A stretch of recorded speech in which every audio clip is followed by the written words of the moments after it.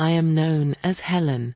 At 57 years of age, I have largely embraced a life of simplicity.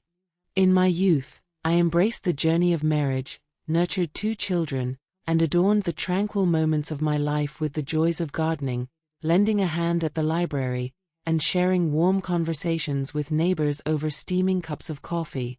Drama was never something I sought, and I certainly never envisioned that love or longing would once more seek me out after all this time, not in such a manner.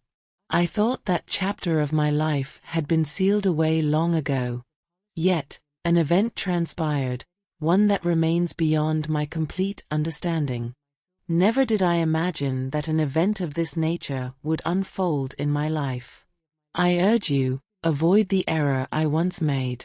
The sun had just begun its descent, casting a warm glow, when the knock echoed through the stillness.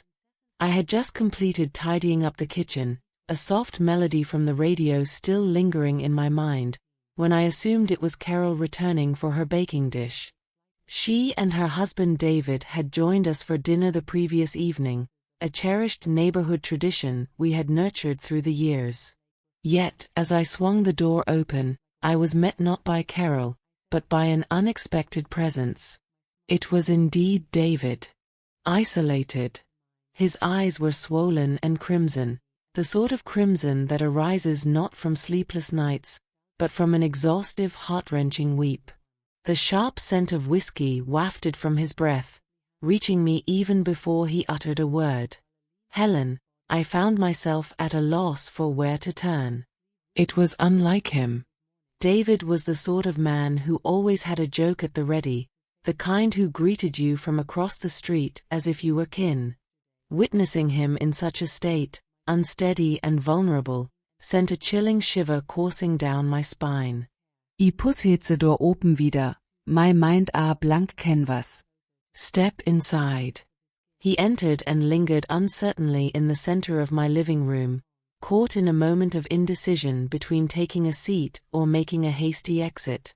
I schutze door softly, letting the sound linger in the stillness as I pauset.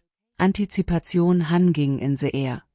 After an extended pause, he finally spoke. She has gone. I blinked. Carol? He nodded, a hard swallow catching in his throat. This morning, she filled a bag and announced her plans to visit her sister in Arizona. Is it her? She expressed that she requires some time. My heart plummeted. I was completely unaware that they had been facing difficulties. They had always appeared so steadfast, transcending the mere label of neighbors. They shared a bond of friendship. A love that envelopes you in warmth and laughter. Would you care to take a seat? I extended my offer with a soft touch. David nodded and settled into the edge of my couch, as if wary that it might consume him entirely. I took my place across from him in the armchair, pulling my cardigan a bit closer around me. He intertwined his fingers, generating a soft friction between his palms. I apologize for my sudden appearance. I found myself at a loss for whom to confide in. It's all right, I assured, and I truly meant those words. Yet, there was another sensation stirring within me. An unusual, constricting sensation envelopes my chest. The atmosphere was thick with weight. Did she say that? She confided that she had been unhappy for years, David continued, his voice thick with emotion. I have found myself overwhelmed, disengaged from the world around me. I'm uncertain. I believed we were in a good place. I studied his face, uncertain of how to respond. I understürze Sensation auf a langit drift. My own marriage had concluded in quietude as well, devoid of raised voices or the sound of doors being forcefully shut. Only emptiness. A tale that begins with the silence of unspoken goodnights and culminates in the quiet distance of 2 lives coexisting beneath the same roof. He gazed at me then, his eyes gentle yet empty. Have you ever sensed that you overlooked your moment to shine? as if there was an expectation for you to express or act in a particular way at a given moment, yet you remained silent. And now it shall remain forever lost to you. I inclined my head with deliberation. More often than I care to acknowledge. David inclined his body, resting his elbows upon his knees. I find myself reflecting on those fleeting moments, as if they were flickering lights that I overlooked. She always seemed like a constant presence, a fixture in the fabric of life. Silence enveloped the room once more. In the fading light, a wind chime tinkled softly, swaying gently in the evening breeze. Time slipped away as we lingered in silence, each lost in contemplation of our lives and the paths we chose not to follow. A subtle change stirred within the stillness. An intimacy that took me by surprise. The heaviness of his sorrow intertwined with an unarticulated presence, a silent echo lingering in the air. I ascended gradually. Allow me the pleasure of preparing. Some tea for you. He offered no reply, merely nodded, his gaze locked onto the floor, as if fearing it might reveal some hidden truth. In the kitchen, my hands quivered as I filled the kettle. Uncertainty lingered in my mindestens. Perhaps it was the closeness of the moment, or perhaps it was the realization that, for the first time in ages, I was no longer viewing David merely as my neighbor's spouse. I perceived him as a man. I found myself unprepared for the emotions that it awakened within me. With a gentle hand, I carried the tea into the living room, setting his cup down on the coffee table, where it met the surface with a soft, resonant clink. The gentle steam twisted and Jack set in the air, intertwining with the stillness that enveloped us. David lifted his gaze, a subtle smile gracing his lips, weary yet appreciative. "Thank you," he murmured gently. I settled into the armchair, cradling my mug in my hands, allowing the warmth to anchor me in the moment. The room had succumbed to dimness, illuminated solely by the warm orange glow of the lamp that stood sentinel beside me. The remainder of the world seemed distant. He savored a sip, then reclined, exhaling deeply and deliberately. "How peculiar," he whispered. "Years spent with someone can transform a space, and when they depart, the house seems to lose its essence, becoming a mere shell of what it once was." I observed him intently. "Have you had a conversation with anyone else? Is it a friend? Perhaps your brother?" He gently shook his head, a subtle gesture of disbelief. I found myself unable to do so. "With you, it feels unique." That caused a constriction in my chest. I refrained from inquiring about his meaning. Uncertainty lingered within me, a hesitance to uncover the truth. Not at this moment. Grief had a peculiar way of drawing individuals toward the solace of warmth. There was an undeniable essence in the act of being seen, genuinely seen, that evoked a sensation of teetering on the brink of something perilous yet exhilarating. David placed his mug on the table and surveyed the room with a thoughtful gaze. "It seems you haven't made many alterations in this place since Jack's departure, have you?" I blinked. The name struck with an intensity one hadn't anticipated. Nearly 9 years had slipped by since Jack's departure. At times, it seemed as if it were merely yesterday when he playfully mocked me for my overly drenched ferns. At times, it seemed as though it belonged to an entirely different existence. "No," I replied softly. In some inexplicable way, I found myself unable to do so. David nodded as if he grasped the concept. "You always appeared so serene, as if you had come to terms with everything." I certainly did. I spoke, though my tone lacked the conviction I hoped to convey, even to my own ears. "At long last." Yet, there are still moments when I enter a room, and the anticipation of his presence lingers in the air. Evenings when I instinctively lay out 2 settings for the meal, lost in thought. His gaze softened, and he cast his eyes downward to his hands. For years, I have observed you, you know. Not in an unusual manner. Simply observing. You always bore yourself with the grace of one who has discovered tranquility following the tempest. It instilled a sense of hope within me. Uncertainty enveloped me, leaving me at a loss for words. For quite some time now, compliments directed at men have lost their authenticity. However, this sensation was unlike any other. It transcended mere appearance or charm. It was an essence that ran far beneath the surface. Something that pierced the veils I endeavored to conceal. The silence lingered once more, yet this time it was heavy, laden with unvoiced sentiments.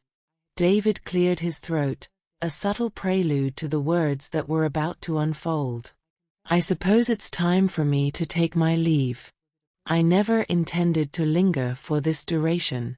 I accompanied him, guiding him toward the door. Upon stepping onto the porch, he hesitated and glanced back at me. His expression appeared fragmented, as if he were engaged in a fierce internal struggle. Helen. He started, only to pause abruptly. His jaw clenched. I lingered in anticipation.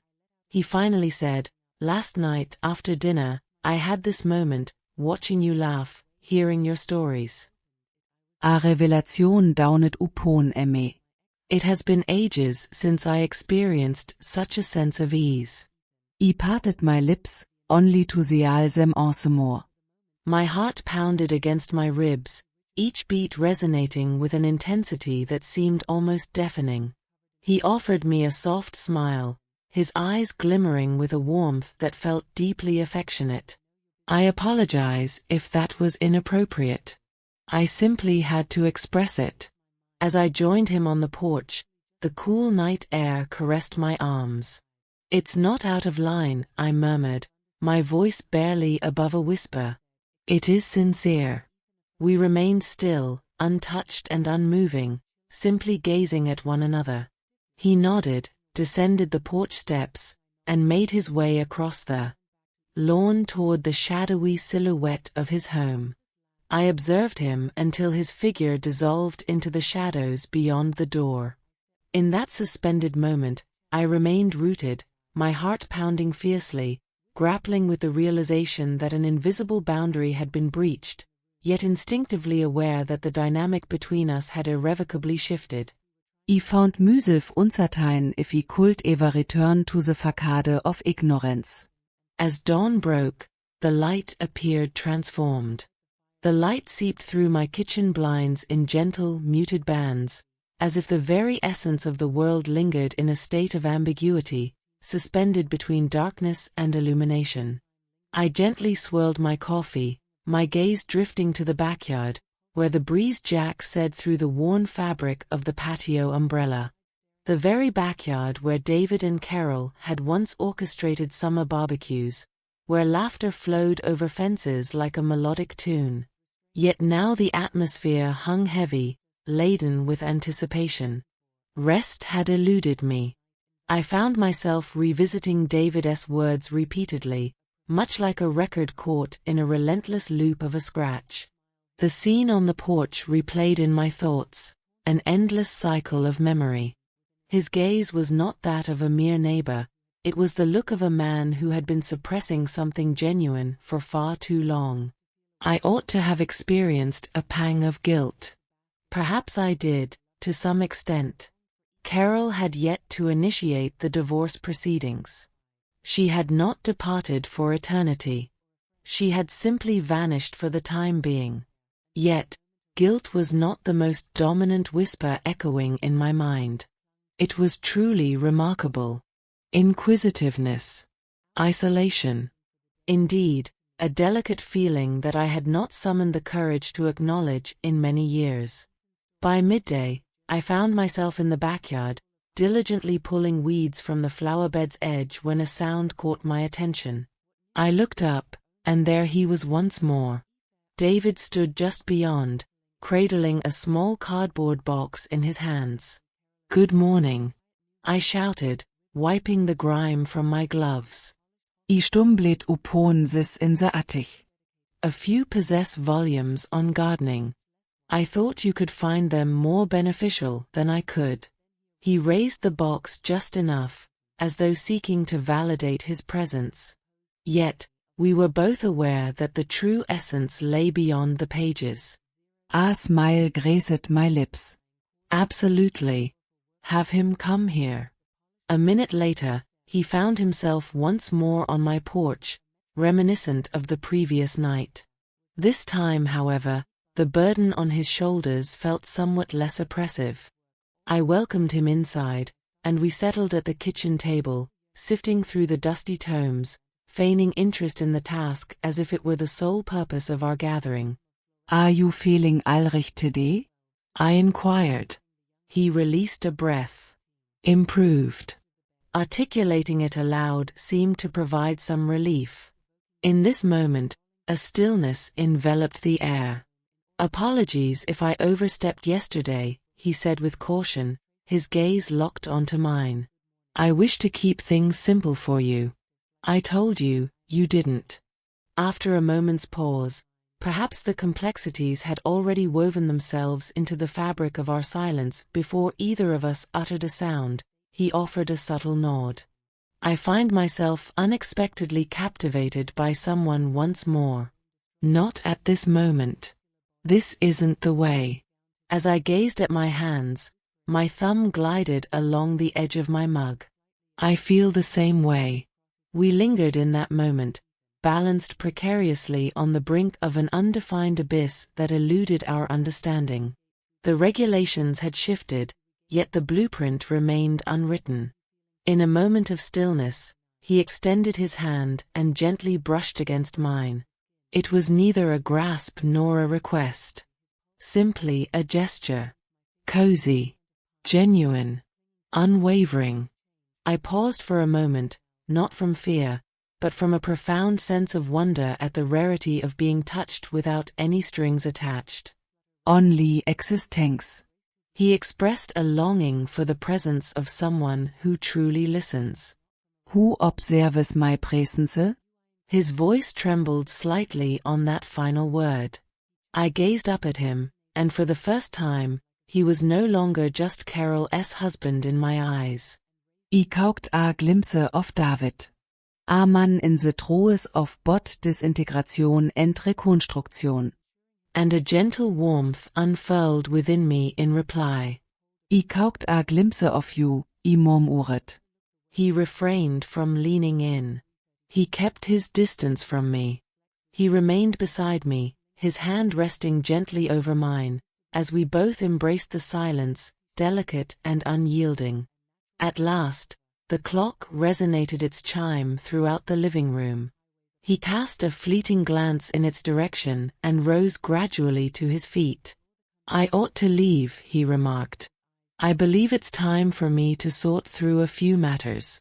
I escorted him to the door once more, my heart weighed down yet curiously buoyant all at once. Before he stepped out, he cast one final glance in my direction. "May I return for another visit?" "Simply to converse." I inclined my head in agreement. "Certainly." He departed, and I lingered at the threshold, my hand pressed against the frame, absorbing the warmth of his presence that still hung in the air. A new chapter was unfolding. And even though we lacked a name for it, I sensed deep within that we had both ventured into uncharted territory. Not impulsive. Not prohibited. Merely unexplored. In that moment, fear dissipated, and I found myself ready to embrace the unknown path ahead. The days that ensued were serene, yet far from devoid of substance. David did not visit daily. At times, it was merely a wave exchanged from opposite ends of the yard, a subtle nod shared when our paths intersected at the mailbox. Yet, when he finally arrived, we settled down and engaged in conversation. Concerning the void. Concerning all matters. reflecting on the echoes of childhood, the cherished meals that linger in our minds, and the books that remain tantalizingly incomplete. Moments that seemed trivial in the moment yet enveloped us in a cocoon of warmth and security. He never insisted. I never inquired. We merely occupied the same space. As the evening descended and the sky began to embrace twilight, a knock echoed once more. As I swung the door open, I noticed he stood there empty-handed, devoid of books or any other items. He appeared serene, yet a hidden intensity flickered within his gaze. A form of determination. "May I enter?" he inquired. I moved aside in silence, allowing him to go by. He lingered in my living room for a moment, hands tucked into his pockets, surveying the space as if it were entirely new to him. "Carol called," he said at last. "She desires to converse. We shall convene next week. However, I believe it's merely to formalize matters." A peculiar blend of sorrow and comprehension washed over me. I chose not to commemorate it. I, too, did not mourn it. I have just heard it. My apologies escaped my lips, sincere and heavy, not solely for him, but for the fragments of their bond that had slipped away, for the wounds that time could never fully mend. He inclined his head in acknowledgement. I expected to feel more shattered. Yet, the reality is that being present in this moment, engaging in conversation with you, has compelled me to confront certain truths I had long avoided acknowledging. He inhaled deeply, then made his way to the window, gazing out at the yard as it succumbed to the encroaching darkness. Have you ever pondered whether certain individuals enter our lives not to remain, but to illuminate aspects of ourselves that we may have overlooked? Always, I whisperet. He pivoted to meet my gaze. "Helen, I find myself at a loss regarding this matter. Though I haven't fully grasped its meaning, being with you feels genuine and straightforward, even amidst the complexities. Your presence serves as a poignant reminder of my humanity, of my enduring capacity to experience something genuine." My throat constricted. I gazed at him, truly gazed, and a revelation dawned upon me, one I had not allowed myself to entertain. He wasn't seeking a vow from me. He was not seeking my approval. He extended a gift of truth. "I'm not seeking a replacement," I declared, moving in closer. "I do not anticipate any answers. Yet, I understand the sensation of sitting opposite someone and experiencing a profound sense of connection, a moment where solitude fades away." He remained silent. Once more, he extended that familiar, silent gesture, his hand seeking out mine. This time, I moved forward without a moment's pause. We sat on the couch together, neither engulfed in fervor nor ensnared in uncertainty, simply existing, side by side, aware, secure. The cicadas buzzed in the warm evening air. A gentle breeze wafted through the open window, bringing with it the sweet fragrance of lilac. I nestled against his shoulder, while he gently placed his cheek atop my head. For the first time in years, I found myself free from the weight of anticipation for what was to come or the sorrow of what had passed. I simply felt present in this moment. As he departed that evening, he pressed a gentle kiss to my cheek, a fleeting yet profound gesture. As I lingered at the threshold, observing him fade into the shadows, an unsettling calm washed over me, unlike the turmoil I had experienced previously. I experienced a profound sense of stillness. I experienced a profound sense of recognition. A surge of vitality coursed through me. Perhaps this was the essence of it all along. Neither a commencement nor a conclusion. Yet a return. For my own reflection. Until now. To the meeting genuine.